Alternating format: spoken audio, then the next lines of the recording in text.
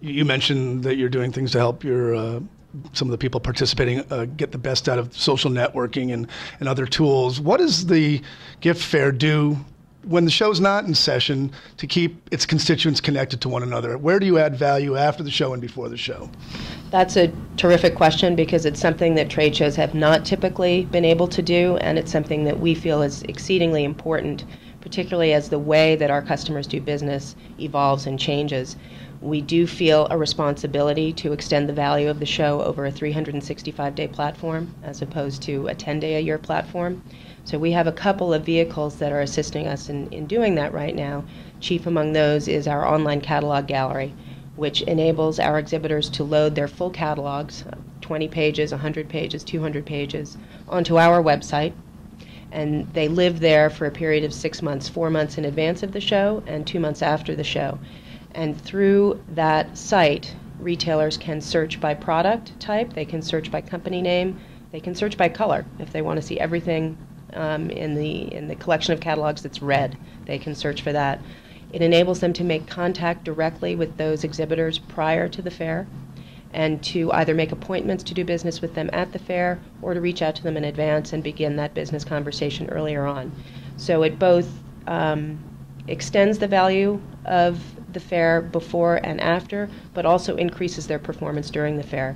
And that site gets on average about 5 million page views over 6 months and generates about 8,000 qualified leads for our exhibitors. So it really is a tremendous search engine that is really functioning well for the industry.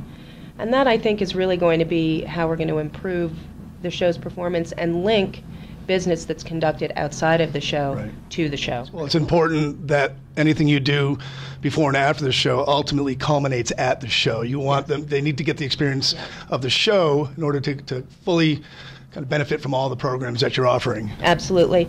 And we do find that shows continue to galvanize the industry in a way that the internet doesn't. The internet, I think, gives the people the ability to do research, to do reorders, to find potential new sources and potential new customers.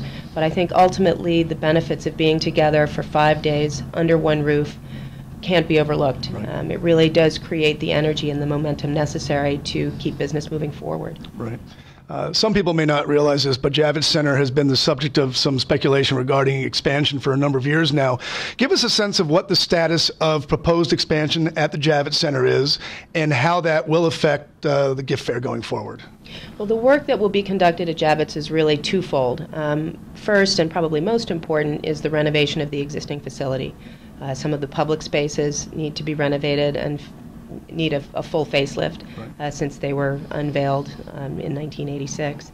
And the roof also needs repair.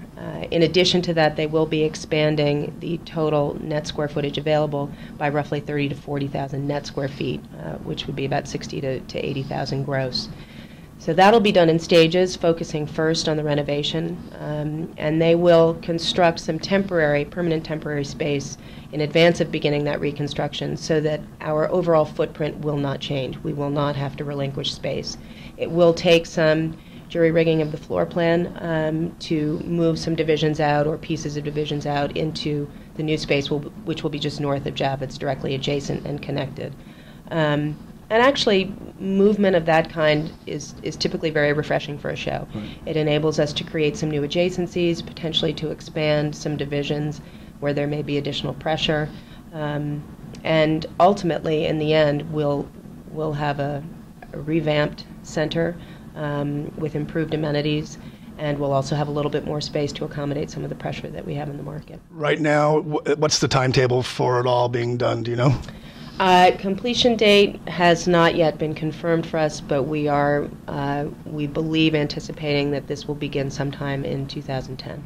The show is very closely connected to New York City, which is a bustling place. What have you done to kind of optimize the relationship between the gift fair and New York itself? Well, the gift fair itself is a microcosm, we believe, of the product sophistication and design and style sophistication that the city embodies. But in addition to that, we always do feature several events that are unique in New York, the most important of those being a night on Broadway. Every 6 months, we offer a group of tickets, which we subsidize partially so that buyers traveling from out of town or from outside of the area can enjoy one of New York's crown jewels. The show for this August is West Side Story, appropriately. Very nice. And we are probably going to be sold out well in advance of the show. The other event that we offer through the museum community is an evening at the Museum of Modern Art. We do try to offer some type of museum visitation in New York each show. Last cycle, we offered a visitation at the Museum of Art and Design, which was newly opened, and this cycle will be focusing on MoMA. So again, two opportunities that you really can only find in New York, and which really do enhance the experience for out-of-town retailers and exhibitors alike. Thank you. This is Peter Giannetti with Dorothy Belshaw from GLM. Thank you.